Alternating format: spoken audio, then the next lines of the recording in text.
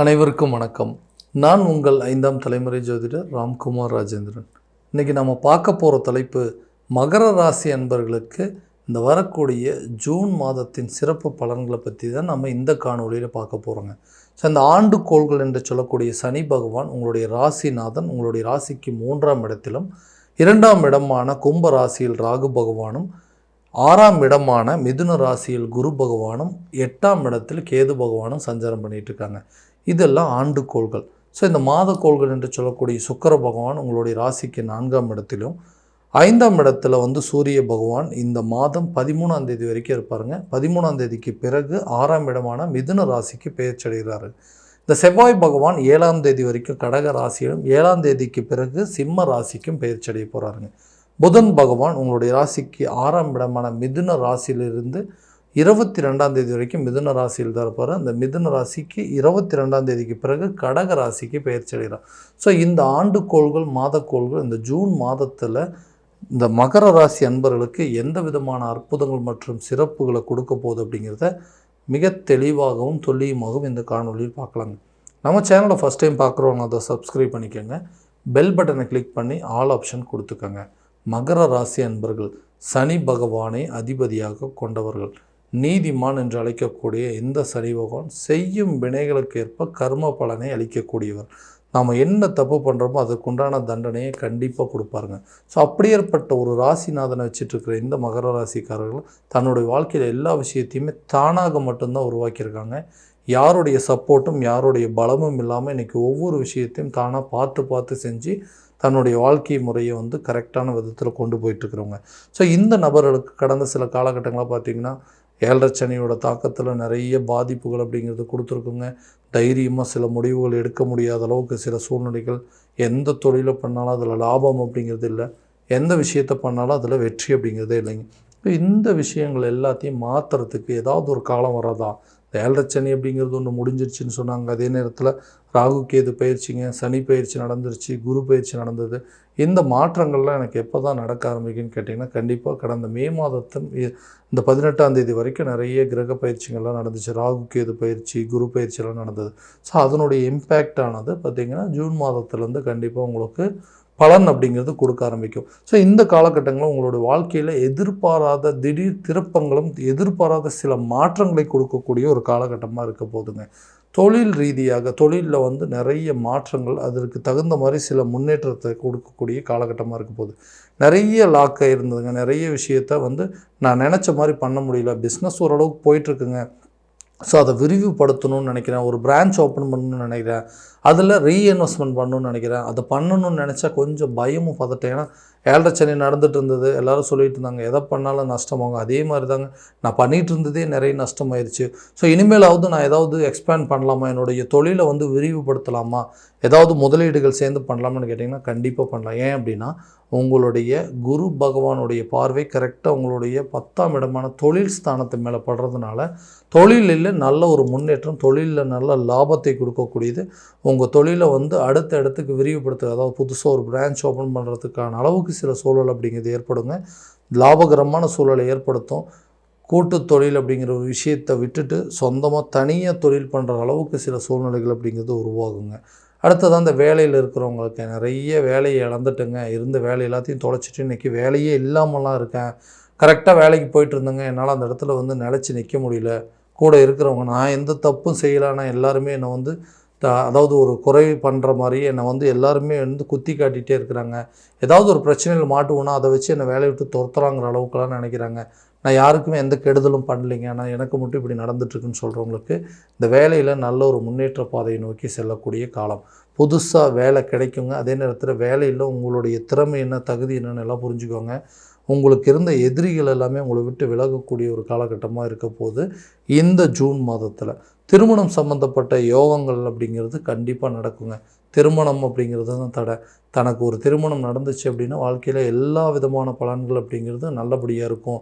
So குடும்பத்தில் அதே மாதிரி தன்னுடைய பெற்ற பிள்ளைகளாக இருக்கட்டும், பையனுக்காக இருக்கட்டும், பொண்ணுக்காக இருக்கட்டும், அல்லது கூட பிறந்த சகோதரன் சகோதரிக்கு யாராவது ஒருத்தருக்கு அந்த திருமணம் அப்படிங்கிற ஒரு விஷயத்தில் மன உளைச்சல் அப்படிங்கிறது ஏற்படுத்திட்டு இருக்குது. எங்கள் வீட்டில் கூடிய சீக்கிரத்தில் சுபகாரியம் நடக்கணும்னு நினச்சிங்கன்னா கண்டிப்பாக இந்த மாதம் நீங்கள் வெயிட் பண்ணுங்கள். கட்டாயமாக திருமணம் சம்மந்தப்பட்ட யோகங்கள் அப்படிங்கிறது இருக்குங்க.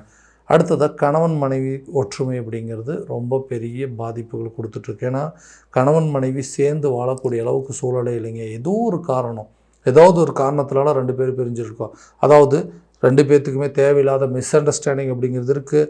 இல்லை கணவர் ஒரு இடத்துல வேலை செய்கிறாரு, மனைவி ஒரு இடத்துல வேலை செய்கிறாங்க, இல்லது ஏதாவது ஒரு காரணத்துக்காக 2 பேருமே தனித்தனியாக இடத்துல பிரிஞ்சு வாழ்கிற மாதிரி சூழ்நிலை. இந்த நிலையிலே இருக்கிறனால கணவன் மனைவிக்கிடையே நல்ல ஒரு அந்யோன்யம் அப்படிங்கிறது இல்லாமல் இருக்குங்க. 2 பேருமே சேர்ந்து வாழவே முடியாத அளவுக்கு சில சூழ்நிலைகள் இருக்குது. இந்த கணவன் மனைவி ஒற்றுமை அப்படிங்கிறது மேலோங்குமான்னு கேட்டிங்கன்னா, கண்டிப்பாக அந்த குருவுடைய பார்வை 2ஆம் இடமான குடும்பஸ்தானத்தில் படும்பொழுது பிரிந்த குடும்பங்கள் ஒன்று சேருங்க. ஆளுக்கு ஒரு திசையாக இருக்கிறவங்க, நாங்கள் எல்லாருமே 4 திசையிலையும் பிரிஞ்சு வாழ்கிற மாதிரி இருக்குது, நாங்கள்லாம் ஒரே இடத்துல ஒன்றா சேர்ந்து வாழுவோம் அப்படின்னு கேட்டிங்கன்னா, கட்டாயமாக எல்லோரும் ஒரே இடத்துல ஒன்று சேர்ந்து வாழக்கூடிய ஒரு காலகட்டமாக இருக்க போது இந்த வரக்கூடிய இந்த ஜூன் மாதத்தில். அடுத்ததாக பார்த்திங்கன்னா, இந்த குழந்தை இல்லாத தம்பதியினருக்கு குழந்தை பாக்கியம் ஏற்படுவதற்கான சூழல். குடும்பஸ்தானத்தில் இந்த குருவுடைய பார்வைப்படுறதுனால குடும்ப உறுப்பினர்களுக்கு சில சுப காரியங்கள் நடக்கிறதுக்கு வாய்ப்பு இருக்குது. ரொம்ப நாளாக குழந்தை இல்லைன்னு சொல்கிறவங்களுக்கு கூட குழந்தை பாக்கியம் ஏற்படுவதற்கான சூழல் அப்படிங்கிறது நிச்சயமாக இருக்குங்க.